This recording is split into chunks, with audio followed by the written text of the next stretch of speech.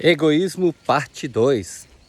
Se você não viu o primeiro vídeo, vale a pena ver o primeiro vídeo, porque eu estou trazendo aqui, desmistificando, mais ou menos desconstruindo a palavra egoísmo.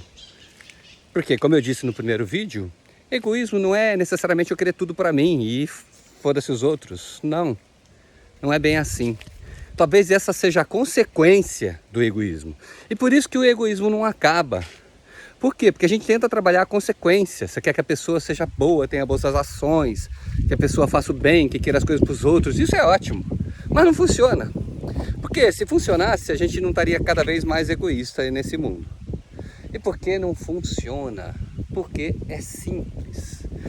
Não funciona porque você está trabalhando na superfície, a palavra egoísmo. Se você for para dentro, mergulhar no seu conhecimento vertical, na sua experiência do que significa egoísmo, que foi o que eu fiz por anos e anos afora, para entender isso aqui, então você vai começar a perceber o egoísmo acontecendo de uma outra forma.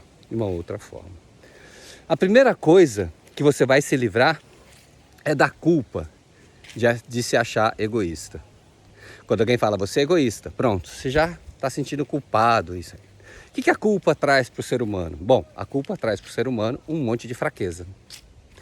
Uma coisa é ser culpado, outra coisa é ser responsável por alguma coisa. Então a culpa traz fraqueza. Então eu quero culpa longe de mim. Eu sou responsável, vou arcar com as consequências das coisas que eu faço e tudo bem, mas eu culpado, não quero mais. Porque a culpa é uma sombra terrível do medo. Ela paralisa a gente. Do medo da não aprovação de nós mesmos. Por quem? Pelos outros? Sim, mas por nós mesmos, muito mais que pelos outros. Porque se você se aprova, se você percebe simplesmente que errou e aceita que você é um ser humano errante, você não precisa ter culpa.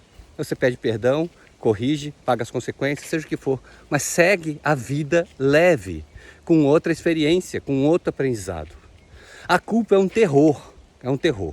E quando você se vê egoísta, então imediatamente, normalmente, você se sente culpado de alguma coisa. Parece que alguém está te culpando de alguma coisa.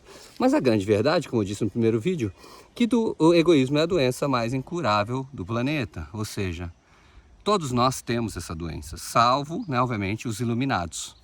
Mas todos nós temos essa doença. E essa doença tem a ver, não com os outros, tem a ver com a gente mesmo. Porque o egoísmo é simplesmente uma capa de medo.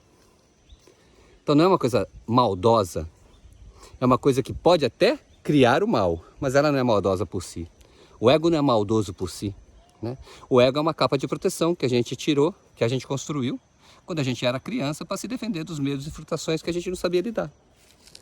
Então, quando você se perdoa, se olha dessa forma mais amorosa, mais carinhosa, olhando para a sua criança, acolhendo a sua criança, acolhendo os seus medos, aí sim você tem a chance de eliminar parte do egoísmo. Não sei se você vai conseguir eliminar todo o seu egoísmo numa vida, né? Mas aprender pelo menos a lidar com ele.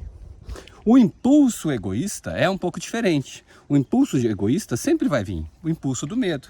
Você não pode controlar o pensamento do medo, a reação do medo, uma emoção que venha. Eles vêm. Pensamentos, sentimentos, emoções, eles vêm, né? Mas você trazer isso para um hábito de colocar uma ação no mundo, aí tem um espaço, né? Entre o impulso e a realização existe uma decisão. E essa decisão tem uma fórmula. Entre o impulso de um desejo, seja ele do medo ou do amor, e o resultado final, existe uma decisão.